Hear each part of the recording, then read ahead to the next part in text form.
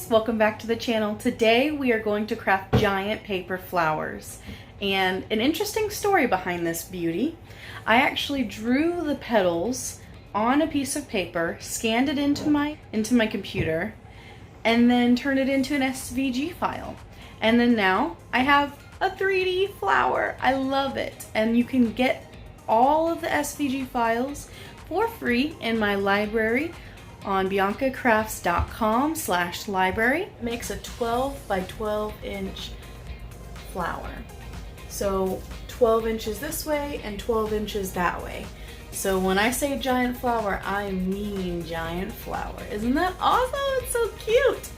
Okay, so now that you've gone into Cricut Design Space, got all of your mats situated, now it's time to load them. Make sure when you load them, pay attention to which way you have designed your mats, because I have a few that are vertical and a few that are horizontal.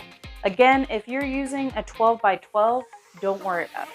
Also, if you're using 12 by 12 paper, you will need a lot less. That's the other thing.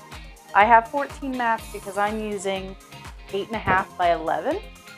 But if I was using the full 12 by 12 sheets, then I would probably have half or less, 7 or less probably easily, than what I'm using right now. But this is the color I want and this is the paper I have, so let's get started. So we are going to take our mat and place it in the machine. We're going to load it. I am going to head over here and select fast mode because I want it to go fast. We have a lot of mats to cut, and the quality of that it's not an intricate cut, so the quality won't be lessened by being in fast mode for something like this.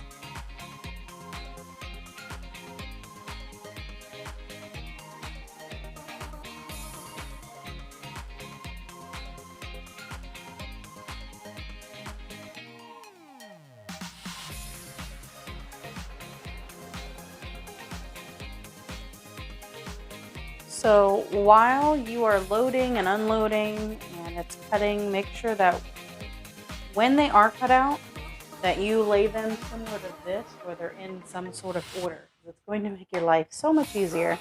With so many pieces, it's very important that you keep some semblance of order. So I have all of my large ones glued together while I've been waiting.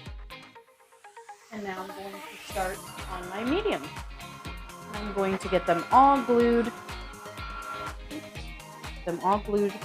together at the V, so that when it does come time to assemble, hopefully by the time all the stuff is cut out, most of my flower will be ready to go.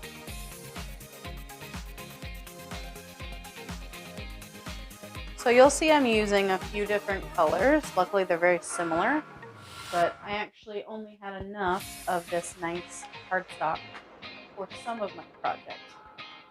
So the rest of my project will just have to do with construction paper, because that's what I had on hand that was similar in color. I did not want my project to be multicolored in the sense of like blue and pink. I don't mind it being a couple tones different of pink, but I did not want it to be a completely different color like blue and pink or something. So I found a similar shade of construction paper, and it'll just have to do. As you can see, for a project that takes so many pieces of paper, it's not a surprise that I didn't have enough. If you run into a similar occurrence, feel free to improvise. So the beauty in having craft made by you is that it can be as unique as you want it to be, as well as you're able to improvise because it's your craft and you can do whatever you want. So you really could, if you wanted to, I bet it would look cool, if you wanted to do an ombre flower or a two-tone flower or anything of that sort, I bet that would be awesome. And my suggestion for that would be to do perhaps, if you're doing two colors, like two-tone, I would do half of them, half the petals in one color and half the petals in the other. And I would do it more or less the large in one color and the small in another, so that it kind of blends.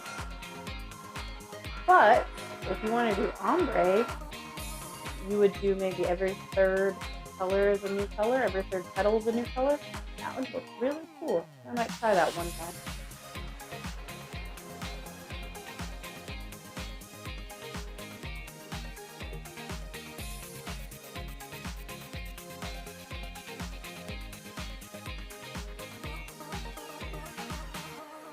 Now that you have everything cut out, glued together, now it's time to roll them.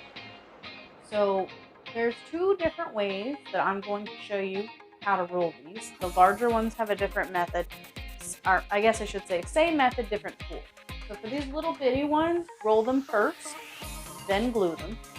Okay, like these little bitty ones I rolled first and then glued.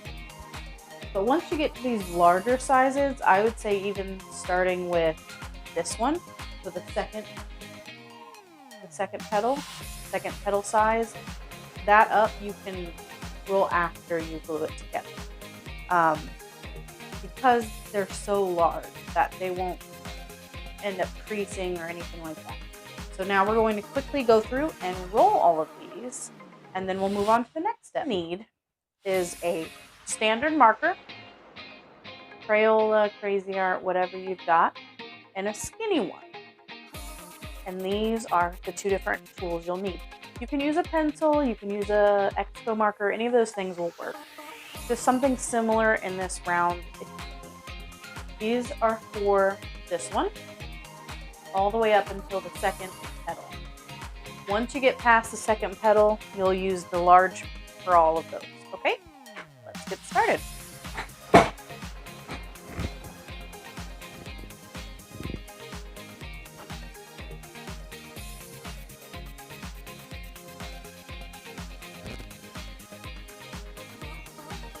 To roll it, you're simply going to place the paper on the pen or marker, and then you're just going to run your finger over it really quickly. It doesn't take much pressure or time at all. You can also do it similar to the way you do ribbon at Christmas time for gift wrapping. Maybe not for this one, but for some of them you can do that. You just take it like this, and you just gently roll it over, and you just run your fingers along it. Careful not to snag your paper. You do not want to rip it. But that's it. That's all there is to it. So let's get into this. Get this rolling over with, huh? Get this rolling started.